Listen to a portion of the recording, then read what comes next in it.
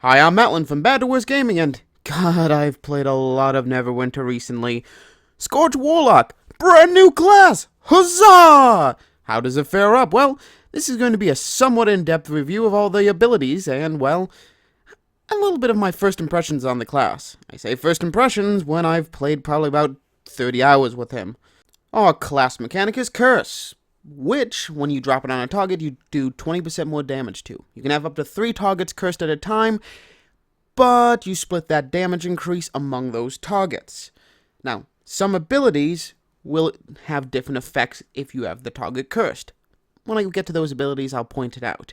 Now, the other important thing to note about the curse is you can eventually do damage when you apply the curse, which, in retrospect, is not a good idea because it will just aggro the mobs and you're not going to be able to hit with your area effect abilities well. You can also do more damage with the curse with some of the feats later on in the tree. I'll get to that later as well. Our first at-will ability is the Eldritch Blast, which, on the third strike, does damage to the area around it. Wait, isn't this Chilling Cloud the Control Wizard ability? Probably, yes. Yes, that's exactly what this is, by any other name.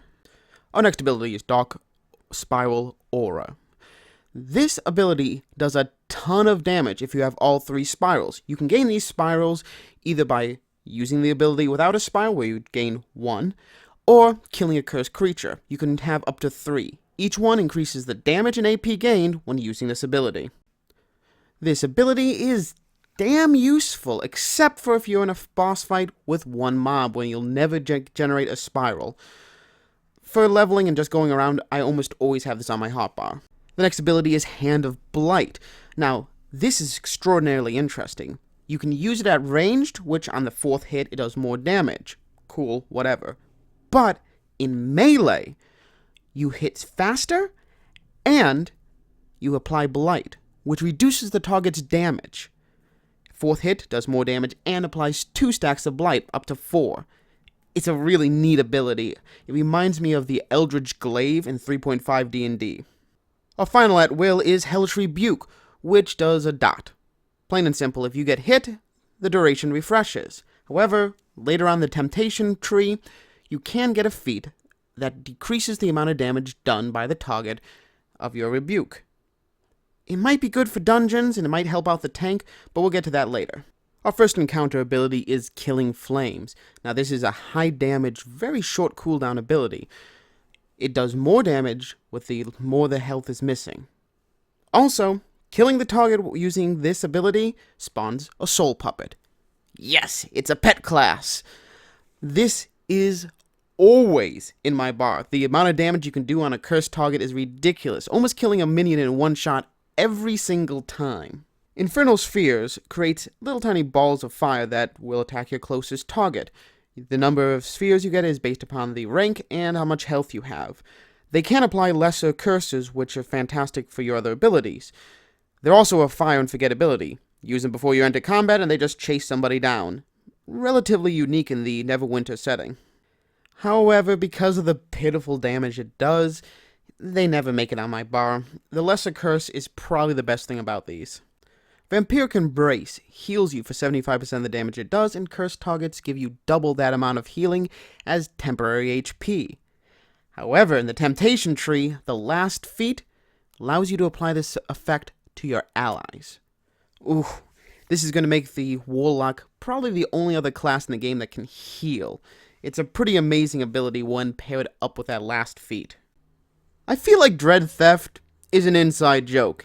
It's pretty much, I'm a charging my... This skill is a minion slayer. Hitting a cursed target will consume that curse, but cause the beam to do a hell of a lot more damage. On the other hand, once I line up my shot with this, I'm encouraged to stand still for the 6 seconds. I love the ability, but I feel like it's missing something. Dread Theft also has a weird mechanic, ?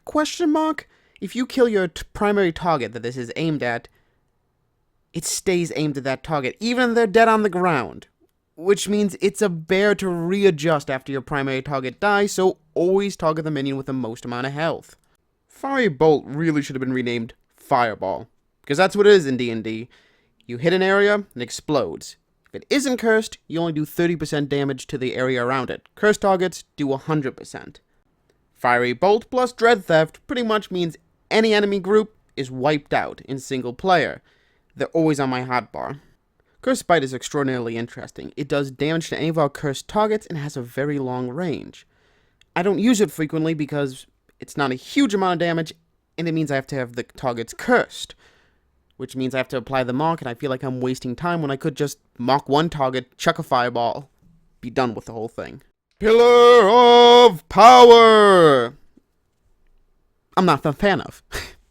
I know. Big introduction for kind of a letdown. It does damage to an area around it, and if you're standing within that area, you do increased damage with your abilities. You have a feat later on that allows you to share this with your friends and increases the duration after it's been used. The problem is it's a very small area, and pretty much enemies have to be directly around you to get the secondary benefits, and you know what? It just isn't worth it in my head now with so many of the other better powers. Hero Storm actually reminds me a lot of the Conduit of Ice. You drop it on an enemy and it does damage to everybody around it. The difference being that if you apply a curse after it, it's going to knock somebody up in the air and end the effect. I'd rather use Fiery Bolt. It does less damage, but it applies the damage immediately so people can't scatter out of the way. Wraith's Shadow is another dot with a decrease in damage. You getting a theme here? If you recast, it turns into an Immobilize. If they're cursed, the Immobilize becomes weakened, immobilized, all sorts of nasty stuff. I think it's a PvP-oriented ability, not so much PvE. Warlock's Bargain is a huge damage dealer, but it costs 15% of your life. At the same time, you gain an increase to your lifesteal, and damage done against you is reflected partially on the target. Accursed Flames is our first daily ability. It does mediocre damage, Killing Flame does more, and spawns a soul puppet, which is why you're going to be using it. The Flames of... No, I'm not pronouncing that name, Neverwinter. Try again. Is our daily that does quite a bit of damage over time and has a splash effect to it. The people around it take less damage. The Brood of Hajar is another splash attack that does less damage to targets around your main one. However, everyone in the area is slowed. It's kind of useful, I guess, in a PvP environment. I haven't seen much use for it in a PvE. The last daily is Tyrannical Threat, and jeez, if this isn't the ability that's on your hotbar, I don't know what's wrong with you. When you use this ability, your curse changes. All cursed targets count as being cursed, the curses aren't removed when you use them, and deal 30% of the damage you deal to each target to the targets around them. I'm going to pause here for a moment. You drop Fiery Blast or Dread Theft onto those targets. They all share the damage that each other are taking, and the increased damage, and then the area effect damage, and you just baste people alive. It's insane, and I love it.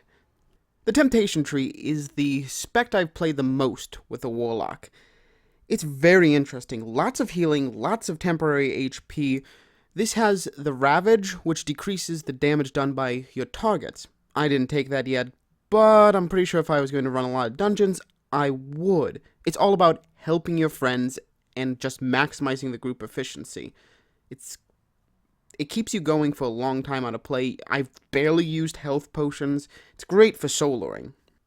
The Damnation, or should we really call it Demonology, because it's very similar to the World of Warcraft Warlock's Demonology tree. It's all about the soul puppet. The end talent gets you that soul puppet, which is a permanent thing. Almost all the other talents are based upon getting healing from your soul puppet, doing more damage with your soul puppet. Your soul puppet does more damage.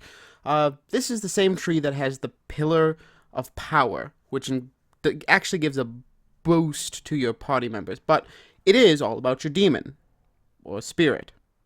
You know what I'm talking about. Finally, we have the Fury Tree, which I haven't spent much time in at all. Let's be fair and honest. But it looks like the Destruction Tree from WoW. I'm serious, take a look at it. It's pretty much do more direct damage. The final power is every time you do necrotic damage, you do that necrotic damage as well over a couple of seconds. So we got a little affliction mixed in there as well. But both these trees, again, heavily remind me about Warlocks and WoW. This final tree is pretty much all about you. More damage, more everything for you. So this is the DPS, pure and simple spec for the Warlock. And I'm not a fan. I like to bring a little bit more to the table when I'm playing with a group, so probably not going to play Fury. Now I have to get this out. I am not level 50 yet, so I haven't been able to use Gates of Hell. I'd like to see other stuff in this module, not just keep playing the Warlock over and over again, so maybe I'll put out another video when I get up there, but I'm going to be looking at other stuff, see if there's more than just dragon fight, dragon fight, dragon fight. Now the question runs in, is the Warlock unique enough and interesting enough that makes me want to play it live, to level this whole thing up again? And depressingly, I don't think so. The most unique facet this class has is the pet, and I have no control over the pet's actions. It's a fire and forget thing. It's another companion. I've got companions. They're great in the game. It's not a unique play style that I was expecting from the Warlock class. At the same time, when I first saw Dread Theft, oh, I was nuts. I felt like I was a little kid in a candy shop just watching damage popping up everywhere. But as I used it more and more, I got kind of complacent with it. I got apathetic, actually. It's awesome. It looks cool, but it's 6 seconds that you're not doing anything else. You can't really... You can dodge, you can weave, you can try to line up the shots, but it's convoluted for what it does. I really don't know how to explain it. It gets repetitive real quick. And our movement ability is Sprint from the Great Weapon Fighter. And we get a little damage reduction. Now, don't get me wrong. When you fully level it and you put the right talents in, you can go flying faster than almost any horse. But it's rehashed. Even the curse feels kind of reused. The Guardian Fighter has his Mock, which increases the amount of damage somebody does and reduces damage taken. And wait a second, isn't it 20% now? Same as the Warlock? Yeah, I mean, sure we can use up the curse to do unique things, but it's pretty much the Guardian Fighter's Mock. I really am trying to find what makes this class unique enough to be its own thing. I mean, it's got a lot of the cleric abilities, it's got control wizard, it's got a little bit of everything. It's even got a little bit of a fighter class in it because it has all that damage reduction throughout the whole thing, which, again, it's kind of interesting in theory, but in gameplay, it feels recycled. On the other hand, if I hadn't played all the classes already, I might not have these reservations. So you gotta take this all with a grain of salt. If you're playing with one or two characters and you're looking for a new one, I think the Warlock, well, let's face it, it's going to be the flavor of the month when it first comes out. It probably is going to get a little bit of nerfed, but it will be fun for your first or second run through. So what do you guys think? Will you be playing a Warlock? Well, I'm going to try to cover some more of the Module 4 stuff, so subscribe to keep up to date, and please like this video if you enjoyed it. I'm Mattlin from Bad to Worst Gaming, signing out.